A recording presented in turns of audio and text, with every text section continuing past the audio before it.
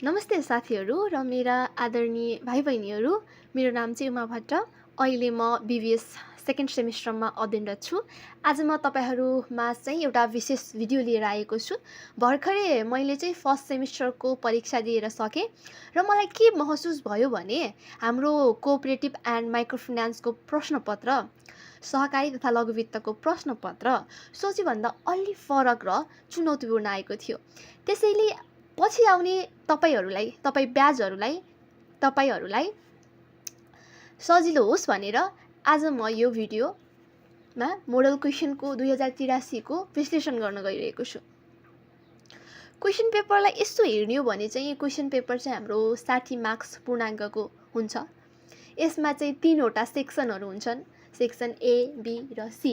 यो पेपरलाई ध्यान दिएर हेर्ने हो भने यसले केवल किताबको थ्योरी मात्र होइन, नेपालको वर्तमान वित्तीय अवस्था र प्रविधिलाई निकै राम्रोसँग समेटेको छ।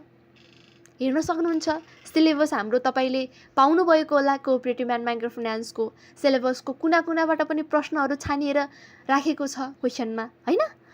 अनि सेक्सन अनुसार चाहिँ हेर्दाखेरि हाम्रो सेक्सन ए मा चाहिँ 6 वटा क्वेशनहरु आउँछन्, जसमा चाहिँ हामीले 5 वटा प्रश्नको उत्तर अटेम्प्ट गर्नुपर्ने हुन्छ। यहाँ पहिलो प्रश्नपत्रमै सहकारीका सिद्धान्त र फाइनान्शियल इन्क्लुजन, वित्तीय समावेशीकरणलाई जोडिएको छ। यसको मतलब हामीले सिद्धान्त घोगेर हुँदैन, यसलाई नेपालको सन्दर्भमा कसरी लागू गरिन्छ भन्ने बुझ्नुपर्छ। जस्तै प्रश्न नम्बर 2 मा हेर्न सक्नुहुन्छ।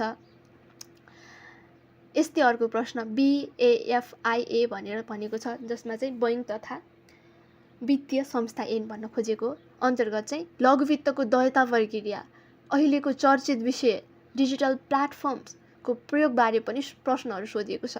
यसले के देखाउँछ भने अबको अध्ययन अलि डिजिटल र कानुनी पक्षमा पनि केन्द्रित हुनुपर्छ है भन्ने कुरालाई ध्यान दिएको छ। सेक्सन बी मा चाहिँ हाम्रो लङ एन्सर क्वेशन हुन्छ। यसमा चाहिँ अलि लामो र विश्लेषणात्मक उत्तर चाहिन्छ। प्रश्न नम्बर 7 मा तपाईहरु हेर्न सक्नुहुन्छ। यहाँ गरिबी न्यूनीकरणमा सहकारीको भूमिका सोध्दै गर्दा कुनै एउटा वास्तविक नेपाली संस्थाको उदाहरण पनि मागेको छ, हेर्नु न। त्यसैले हामीले पढ्दाखेरि सिलेबस पढ्दाखेरि नेपालका केही ठूला सहकारी र लघु वित्तहरुको काम गर्ने तरिका बारे पनि अपडेट हुनुपर्छ के, कसरी काम गर्छन्। अहिले त डिजिटलको जमाना छ हैन, सोशल मिडिया, त्योबाट तपाईले गुगल गरेर हेर्न सक्नुहुन्छ। अपडेट लिइराख्नुहोस् के, सजिलो हुन्छ एक्जाममा लेख्दाखेरि। अनि हाम्रो सेक्सन सी मा चाहिँ अलि लामो 15 नम्बरको प्रश्नहरु हल गर्नुपर्ने हुन्छ। यसमा सरकारको भूमिका, कानुनी चुनौतीहरु र सबैभन्दा रोचक कुरा के सहकारी क्षेत्रमा आर्टिफिशियल इन्टेलिजेन्सको AI र सोशल मिडियाको भूमिकाबारे सोधिएको छ। यो एकदमै आधुनिक प्रश्न हो र यसका लागि हामीले सिलेबस बाहिरका केही नयाँ ट्रेन्डहरु पनि बुझ्नुपर्छ, हैन? सिलेबस पढ्ने अनि त्यसपछि नेपालमा के भइरहेको छ त, हैन? सहकारी क्षेत्र, लघु वित्तमा आर्टिफिशियल इन्टेलिजेन्स, सोशल मिडियाहरुले कस्तो सहयोग पुर्याइरहेका छन् त, के भइरहेको छ त्यो बारे बुझ्नुस्, हैन?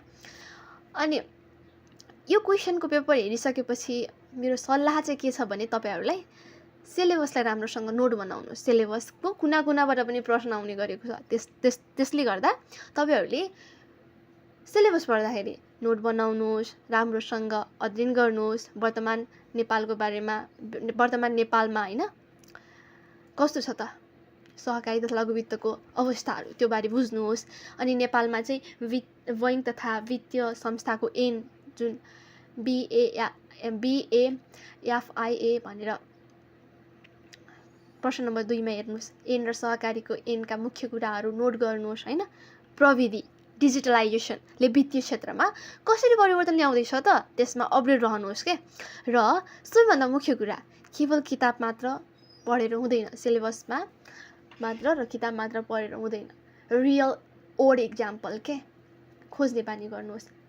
जुन सहकारी संस्थामा वर्तमान समयमा नेपालमा के छन् त तिनीहरु ठ्याक्क मिल्ने खालका उदाहरणहरु त्यो खोज्ने बानी गर्नुहोस्। धेरै हुन्छन् उदाहरणहरु, खोज्ने बानी गर्नुहोस्। जसले चाहिँ हामीलाई डिजिटल प्लेटफर्मले सहयोग गर्छ। अनि यसरी तपाईँले अध्ययन गर्नुभयो भने तपाईँलाई सहज हुनेछ है। आशा छ यो भिडियो तपाईँहरूले हेर्दाखेरि खुसी मान्नुहुनेछ र आउँदो परीक्षाको तयारी गर्न मद्दत पनि हुनेछ। यदि तपाईँलाई यो प्रश्नपत्रको समाधान पनि चाहिन्छ भने तल कमेन्टमा यस भन्नुहोला। म अर्को भिडियो त्यसलाई समेट्ने प्रयास गर्नेछु। अर्को भिडियोमा चाहिँ भिडियो मन परेमा लाइक र सेयर गर्न नभुल्नुहोला। सबैलाई परीक्षाको अग्रिम शुभकामना। धन्यवाद।